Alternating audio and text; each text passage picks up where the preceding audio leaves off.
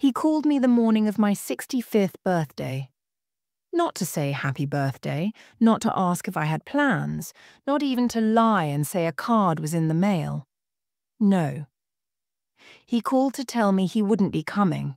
Couldn't, actually, because Kara's mother was having her anniversary party. "We can't miss it," he said. "It's kind of a big deal for her family."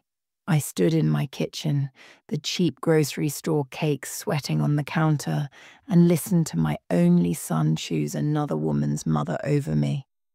Again. I didn't scream. I didn't cry. I just went quiet. "Okay," I told him calmly. "Enjoy yourselves." He thought that was the end of it, but it was the beginning. You see, I raised that boy with everything I had. And now I was finally ready to take everything back. The will readings changed everything. He didn't just owe me a birthday visit, he owed me his life. I raised that boy alone. His father ran off before his first birthday, left a note and a final rent check, like that was supposed to be enough. I worked 2 jobs, sometimes 3, cleaning offices overnight, slinging hash at a greasy spoon at dawn, taking in other people's screaming toddlers just so I could afford formula for mine. I'd come home with blisters, knees sore, back in knots, and still find the strength to read him a bedtime story. He never knew that I used to skip dinners so he could eat. He never noticed when my coat had holes in the lining or when I pretended I didn't want a slice of pizza. I made sure of that, because I wanted him to have a childhood he didn't have to recover from. I wanted to be better than what came before. I showed up to every school event, baked cupcakes for every class party, worked overtime to buy him a second-hand PlayStation for Christmas.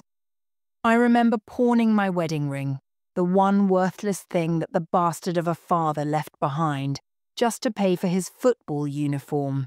And for a long time, I thought it was enough. He was sweet when he was little, always telling me he loved me, always bringing me drawings from school with class 1 mom scrawled in crayon. I clung to those things. God help me, I believed they meant something. But something shifted when Kara came into the picture. She was polite enough at first, all "Hi, Miss Blake" and fake smiles. Brought wine to Sunday dinners even though I don't drink. But underneath that polished exterior was something cold. Condescending. She never said it outright, but I could feel it.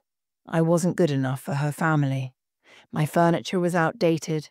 My apartment is too small. My job is too humble. Her mother, though? Beverly. She was everything in Kara's world. Perfect hair, perfect kitchen, always hosting some fundraiser or spa day or wine tasting. The kind of woman who looked at me like I was gum stuck to the bottom of her Louboutin. And my son fell in line like a whipped little dog. I started to notice things. Subtle, at first. Every Christmas was suddenly complicated. Every holiday, they were already committed to Beverly's house. Mother's Day? Oh, shoot, we forgot. Kara's family had a brunch thing. I'd get a tired text that night, maybe a sad little e-card. My birthday gifts turned into $10 Amazon gift cards, once even a half-used candle that still had the wick blackened. They stopped coming around much. Said the drive was a hassle. Meanwhile, they drove 4 hours for Kara's niece's dance recital. When I brought it up, my son would say things like, "Come on, Mom, it's not a competition." It wasn't a competition, I had already lost. They just never told me when it started. The worst part? The way Beverly treated me, with her sugar-coated insults and stiff hugs, my son never defended me. He laughed along with her jokes. Let her call me quirky and old-fashioned, like I was some rickety antique chair they kept around for appearances. I remember one time at Thanksgiving, the last one I ever hosted, Beverly brought her own stuffing and made a big show of it. "We just can't do Thanksgiving without my recipe. Isn't that right, darling?" she said, looking at Kara. Then she scraped mine into the trash in front of me, claiming there wasn't room for both on the table. My son watched it happen. Didn't say a word. Just carved the turkey and moved on like nothing had happened. That was when the rot really started to set in. I stopped volunteering to host. They never offered to bring me along either. Invitations started arriving late, if at all. Cara once said with a little shrug, "We just assumed you wouldn't be comfortable." Comfortable? I built my whole life around their comfort. I bent over backwards, played nice, shut my mouth, made myself smaller just so they wouldn't feel inconvenienced. But I was never part of their little world. Not really. Not the way Beverly was. Still, I kept trying. I'd send gifts, cards, make small talk at family functions, even when they didn't send a single picture of their honeymoon, even when I learned about my own grandson's birth from a Facebook post. Still, I clung to the hope that maybe he'd remember who I was, what I gave him, But that phone call on my birthday, that was the final cut. Not because of the words he said, but because of how easy they were for him to say. Like I was a calendar event that could be skipped without consequence. But I am not a calendar event. I am the reason he even knows what a family is. And now I'm done being quiet. He didn't even bother to call me in the morning. It was 2:17 p.m. when my phone finally rang. I remember the exact time because I'd been checking it all day, telling myself, he's just busy. He'll call. Of course he will. I answered with a smile already fading. "Hey, sweetheart." "Hey, Mom," he said, casual like it was any other Tuesday. "So listen, I can't make it today." Silence. I waited for a real excuse, something dire, a flat tire, the flu, maybe even work. "It's Cara's parents' anniversary," he added. "Big surprise party. Her mum's turning 60. Everyone's flying in. Kind of a whole thing." I choked on the lump rising in my throat. "It's my 65th birthday, Jake." "I know, and I'm really sorry, but Cara's family, this was planned months ago. You understand, right?" "Understand?" I hung up the phone before I said something I'd regret. Then I sat there at my kitchen table staring at the sad little cake I'd picked up for myself. It was melting slightly because I had lit the candles, assuming they'd walk through the door any minute with balloons or maybe my grandson in tow. The wax dripped down the sides as the flames flickered out one by one, the room going dim again. Then came the kicker. That night, I logged into Facebook because I'm a mother, and that's what we do when our kids stop talking to us. And there they were. Photos. Dozens of smiling faces dressed in white and gold at some rented garden venue. Cara posing with her perfect little mother, surrounded by twinkle lights and catered food.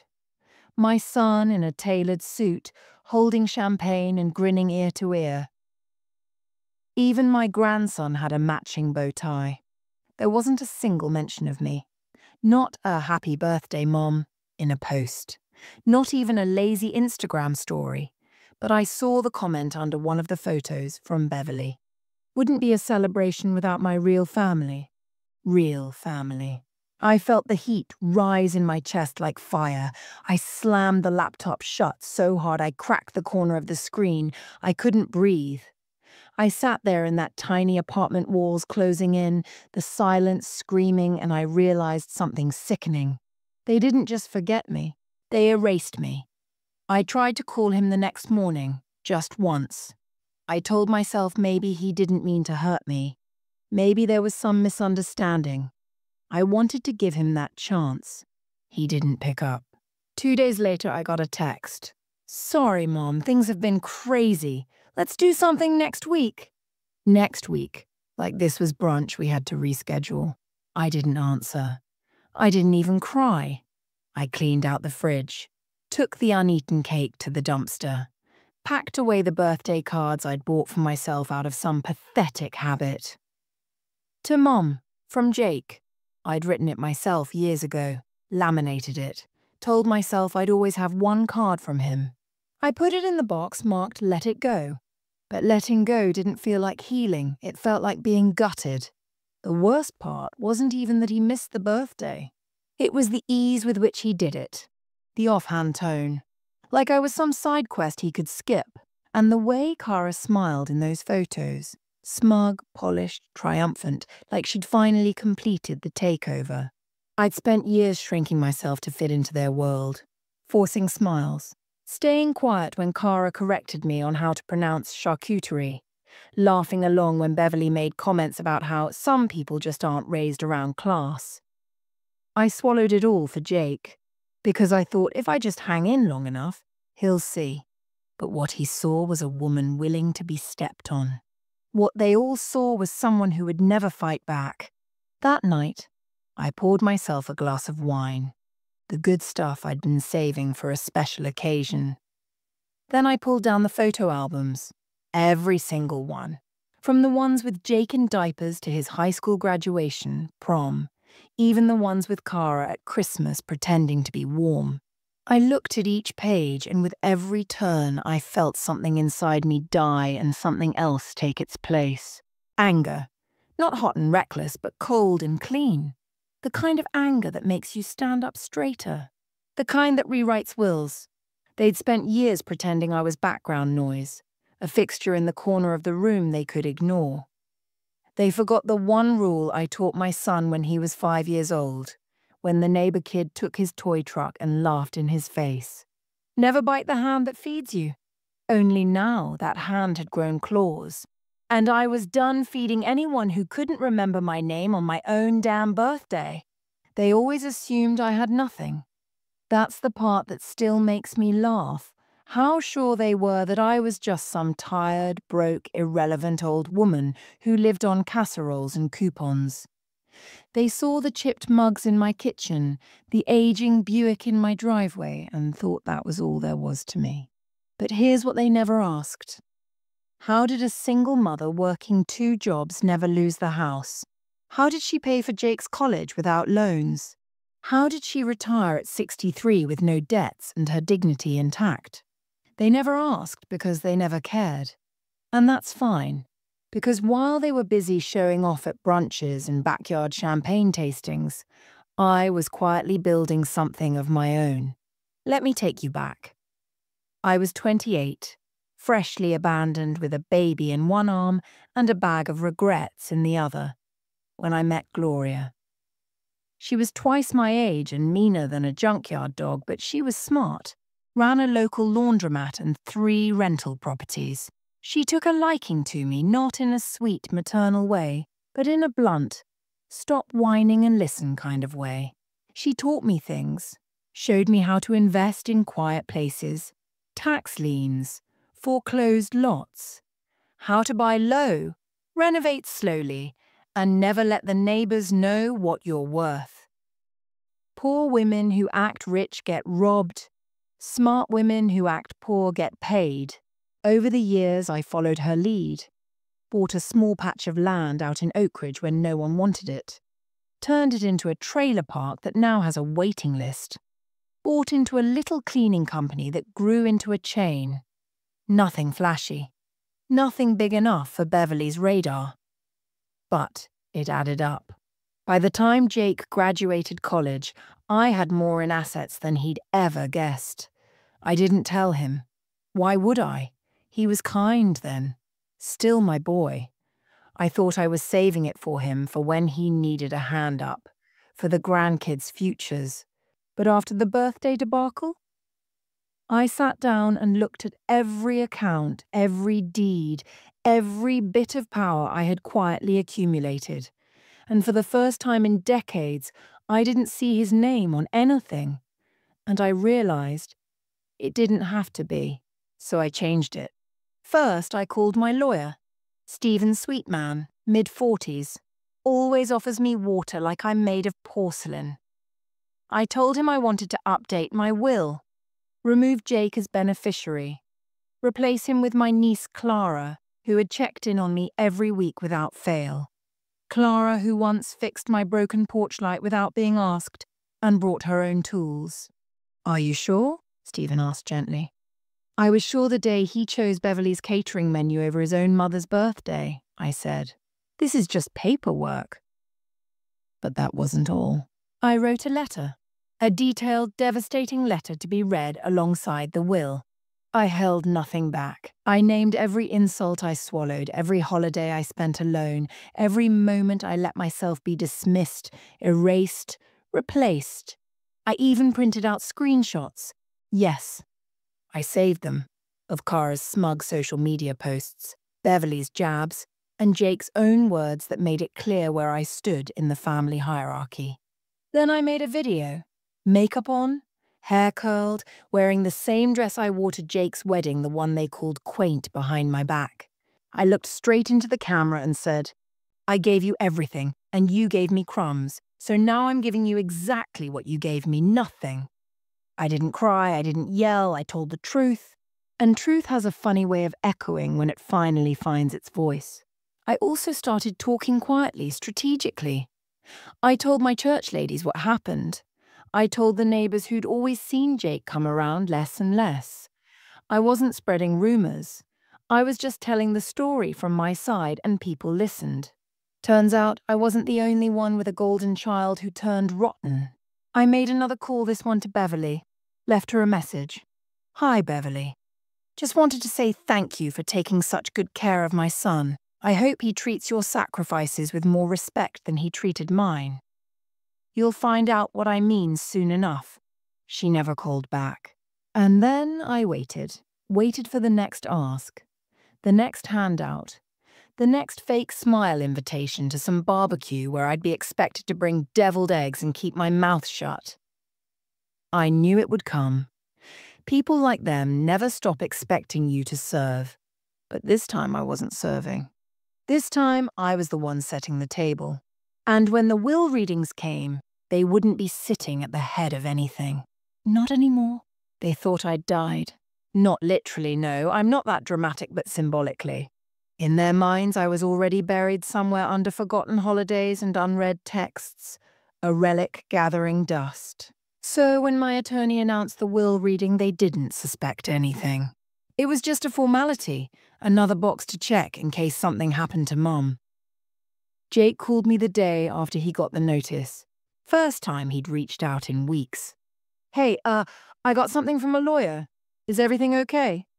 His voice had that fake, cautious concern, like he was rehearsing sympathy in case it paid off. I let the silence hang just long enough. Everything's fine, Jake, I said. Just wanted to put my affairs in order. Thought it was time everyone knew where they stood. I could feel his unease through the phone. Oh, okay, so this is like routine? Not really. See you Thursday. Then I hung up. I made sure the reading wasn't done in some stuffy office with legal jargon echoing off the walls. No, I wanted a scene. I reserved the community hall at my church where Jake was baptized, where I used to host potlucks and charity drives before I was phased out like expired milk. I made sure there'd be snacks, coffee, folding chairs. Plenty of witnesses. The people who mattered. The people who remembered me. They showed up late, of course, Jake and Kara. Her in a pencil skirt and sunglasses indoors, Jake checking his phone every 30 seconds. Beverly followed them in like royalty, floating on her own self-importance. Clara was already there. She gave me a hug and squeezed my hand. My church ladies sat in the second row with their eyes sharp and curious. They knew. I hadn't told them everything, but they knew something was coming. Stephen stood at the podium, straightening his papers.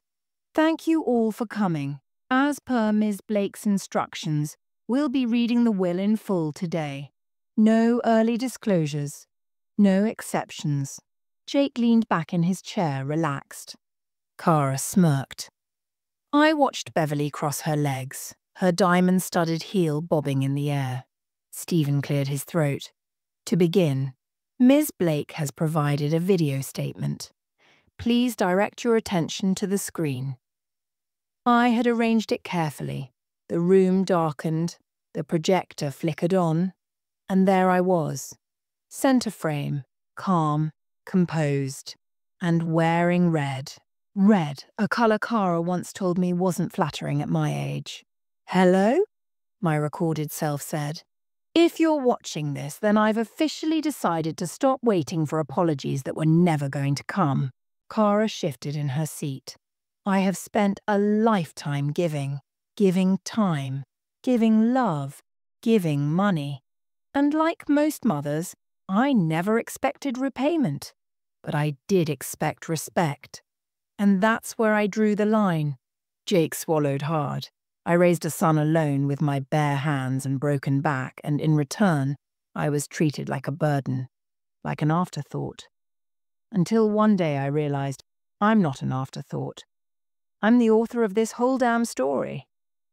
Stephen paused the video and glanced at the crowd. The church ladies looked ready to applaud. Clara sat still, lips pressed tight. Jake looked like he'd been slapped. In regards to my estate, the video continued, I hereby leave nothing to my son, Jacob Blake. Not the house, not the investments, not the land, not the business shares. Cara gasped. Beverly's heels stopped bobbing. Instead, I leave the full contents of my estate valued at approximately $2.7 million to my niece Clara, who reminded me what love without conditions feels like. A few people gasped. Jake stood. Are you serious right now? Stephen held up a hand. Please sit down, Mr. Blake. I took care of her, Jake sputtered. You skipped her 65th birthday for a party, Clara said flatly. You didn't even send a card.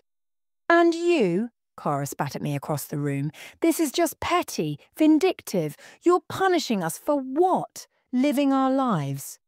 I smiled. No, dear, I'm just rewarding someone else for not walking all over mine. Jake looked at me then, not with anger, not with grief, but something worse. Realization. It hit him that day. That everything he assumed was his was mine. And I had taken it back. Beverly stood abruptly and stormed out. Cara followed, heels clicking like gunfire. Jake just sat there, slack-jawed and quiet, like a man who finally understood the cost of arrogance. Afterward, Clara helped me clean up the coffee cups. People came up one by one to shake my hand, some even hugging me. They whispered, "Good for you," and "About time someone stood up to people like that." It wasn't revenge, not really. It was a reckoning, and I had written every word.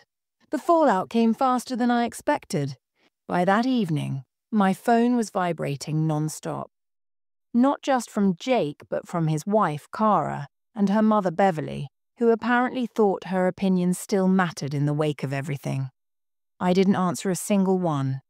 I just sat back in my chair with a glass of wine and let it all burn. The texts turned from confused to desperate, then to insults. Jake wrote, "Mum, this isn't fair. You don't understand what kind of pressure Cara's family puts on us." Then, "I don't believe you really meant it. We'll talk. We can fix this." And finally, "You're dead to me." I screenshotted that one and printed it out. Taped it to the back of my closet door. A little daily reminder of what I was finally free from. But the real show started the next morning. My church friend Linda called me around 7:30 a.m., giggling like a schoolgirl. "Check Facebook," she said, barely able to breathe. "Check Cara's page." I opened it. There it was, a full-blown meltdown in real time. Cara had written a long, meandering post dripping with passive aggression and self-pity. She talked about manipulative elders, toxic generational guilt, and how some people use money to control others. She even quoted a therapist she'd probably never seen. Just because someone gave birth to you doesn't mean they deserve your loyalty. I laughed so hard I nearly spilled my coffee. But the best part? The comments section was a war zone. People weren't buying it. Her tone, so smug, so rehearsed, had finally cracked. And people noticed. A former co-worker replied, "Didn't your husband's mom pay your rent when Jake lost his job 2 years ago?" Another chimed in, "I remember how sweet she was at your wedding and you barely acknowledged her." Not surprised. My personal favorite came from someone I didn't even know. "This reads like you got cut out of the will and want sympathy. Try humility instead." I didn't post a word. I didn't have to. The internet did the rest. Clara texted me later. Girl, you've gone viral. Beverly just got dragged on Nextdoor for screaming at the post office. She attached a photo someone had snapped. Beverly mid-scream, her mouth twisted, clutching her designer bag like it owed her money. The caption read, "Entitled woman loses it after finding out she's not the queen of the world." For once, I didn't feel invisible. I felt seen. And not for what they wanted me to be, but for what I had always been. The backbone, the provider, the one holding the damn scaffolding up while everyone else danced on the roof. Jake tried calling again the next week, left a voicemail this time. His voice cracked when he said my name. Mom, I messed up. I know that now. I don't know what came over me. Things got complicated and He sighed. I took you for granted. I thought you'd always be there. I guess I just assumed you loved me enough to let it slide. That last line told me everything I needed to know. He didn't say sorry. He didn't own it. He just thought I'd let it slide, because I always had before. I didn't call back. Instead, I got on Zillow and started browsing houses in the mountains, somewhere with pine trees, somewhere far from PTA meetings, influencer moms, and thin-lipped smiles pretending to be warm. Clara offered to help me move. After what you pulled, she grinned, I'd carry you there on my back if you asked. I donated half my old furniture to a women's shelter. Sold the rest, kept the red dress, kept the letter. I wrote Jake that Stephen read aloud, kept the photo albums because they're mine, even if the people in them forgot who I was. But I didn't keep the grief. I folded it gently, like an old blanket I didn't need anymore. I put it on the curb and let the garbage truck take it. I'd been mourning a fantasy, the idea that one day Jake would realize how much I mattered, that he'd come back humbled and changed. But some men don't grow. They just age. And I was done babysitting a grown child in a suit and tie. A week before I left town, I hosted a farewell brunch. Real food, real people. My friends from church, Clara, a few neighbors. No charcuterie boards, just biscuits, grits, and belly laughs. Linda raised a toast. To Margaret, she said. The quiet storm who finally raised her voice. Everyone clapped. I cried. Not from sadness, but from something else I hadn't felt in years. Peace. Not because I won, not because I got the last word, but because I chose myself, for once, fully, fiercely, unapologetically. And now, I had one last chapter to write, one without the minute. It's been 6 months since I left. 6 months since I locked the door to that old house for the last time, took one last look at the porch where Jake used to play with his toy trucks, and didn't cry. Not even a little. I thought I would. Thought nostalgia might punch me in the gut like it used to, but no. I'd already mourned everything that house represented. The sacrifices, the waiting, the lonely birthdays. I wasn't grieving anymore. I was done. Now, I wake up every morning in a cottage tucked between evergreens, where the air smells like clean rain and pine needles. I keep the windows open even in the cold. I drink my coffee on the back deck, wrapped in a thick blanket, watching the fog roll down the hills like it's bringing me a fresh start each day. Because it is. No Cara, no Beverly, no phone buzzing with fake pleasantries or guilt-laced check-ins, just quiet. And me?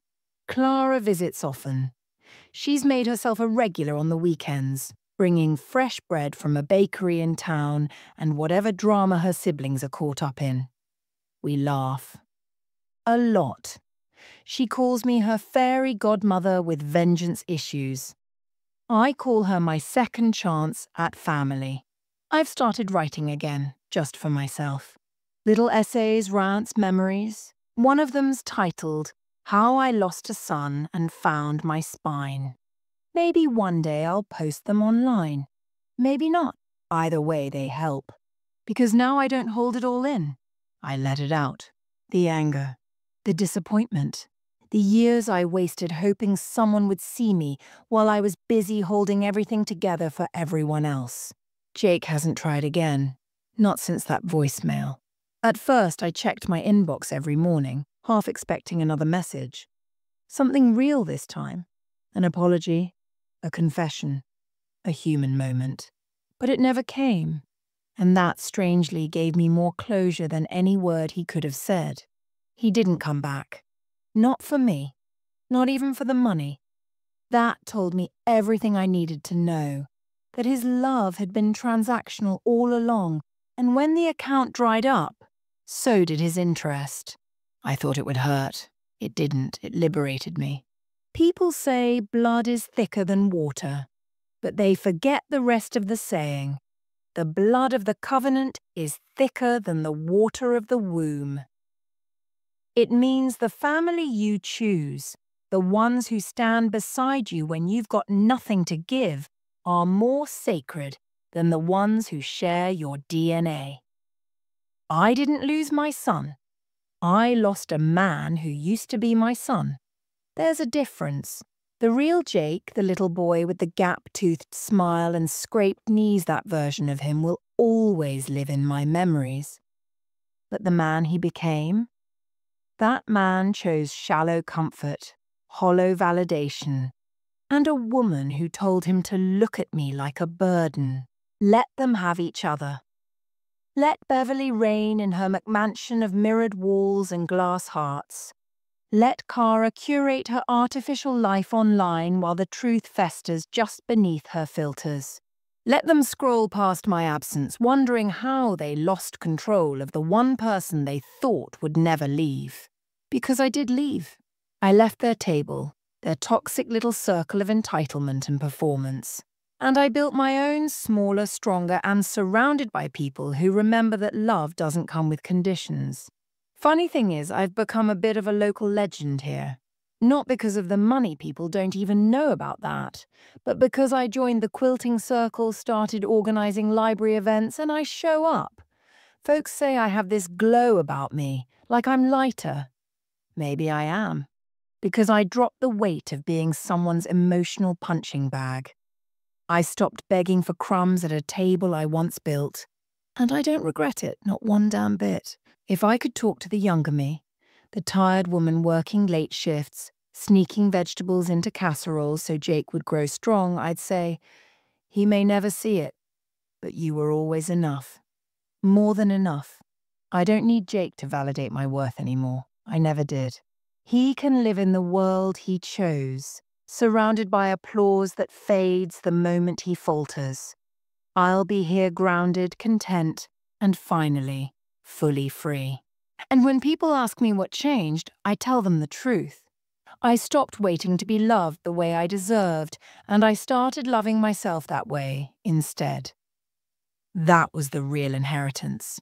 Not the houses, not the bank accounts, but the power to walk away from people who only loved me when I was convenient. That's the legacy I'm leaving behind, and let me tell you, it's worth everything.